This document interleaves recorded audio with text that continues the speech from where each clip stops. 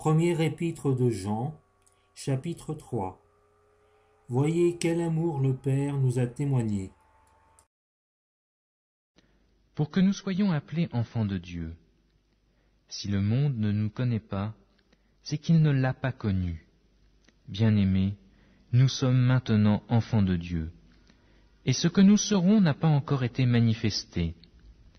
Mais nous savons que, lorsque cela sera manifesté, nous serons semblables à lui, parce que nous le verrons tel qu'il est. Quiconque a cette espérance en lui se purifie, comme lui-même est pur. Quiconque pêche transgresse la loi, et le péché est la transgression de la loi. Or vous le savez, Jésus apparut pour ôter les péchés, et il n'y a point en lui de péché. Quiconque demeure en lui ne pêche point. Quiconque pêche ne l'a pas vu et ne l'a pas connu. Petits enfants, que personne ne vous séduise. Celui qui pratique la justice est juste, comme lui-même est juste. Celui qui pêche est du diable, car le diable pêche dès le commencement. Le Fils de Dieu apparut afin de détruire les œuvres du diable.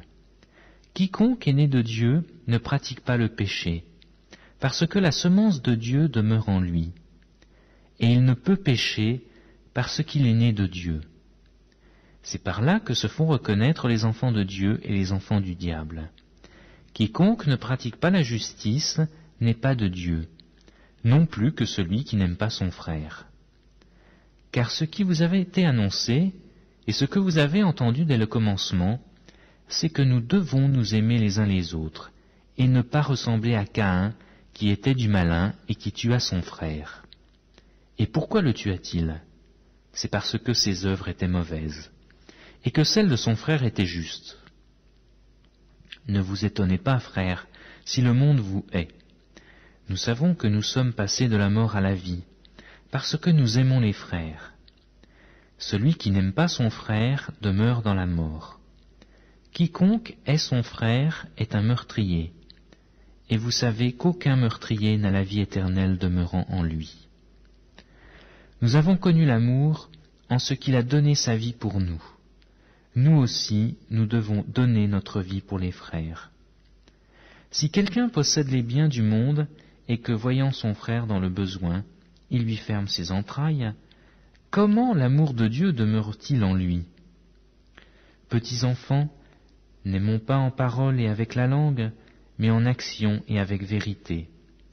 Par là nous connaîtrons que nous sommes de la vérité, et nous rassurerons nos cœurs devant lui, car si notre cœur nous condamne, Dieu est plus grand que notre cœur, et il connaît toutes choses.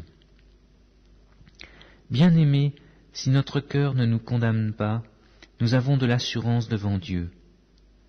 Quoi que ce soit que nous demandions, nous le recevons de lui, parce que nous gardons ses commandements et que nous faisons ce qui lui est agréable. Et c'est ici son commandement, que nous croyions au nom de son Fils Jésus-Christ et que nous nous aimions les uns les autres selon le commandement qu'il nous a donné. Celui qui garde ses commandements demeure en Dieu et Dieu en lui. Et nous connaissons qu'il demeure en nous par l'Esprit qu'il nous a donné.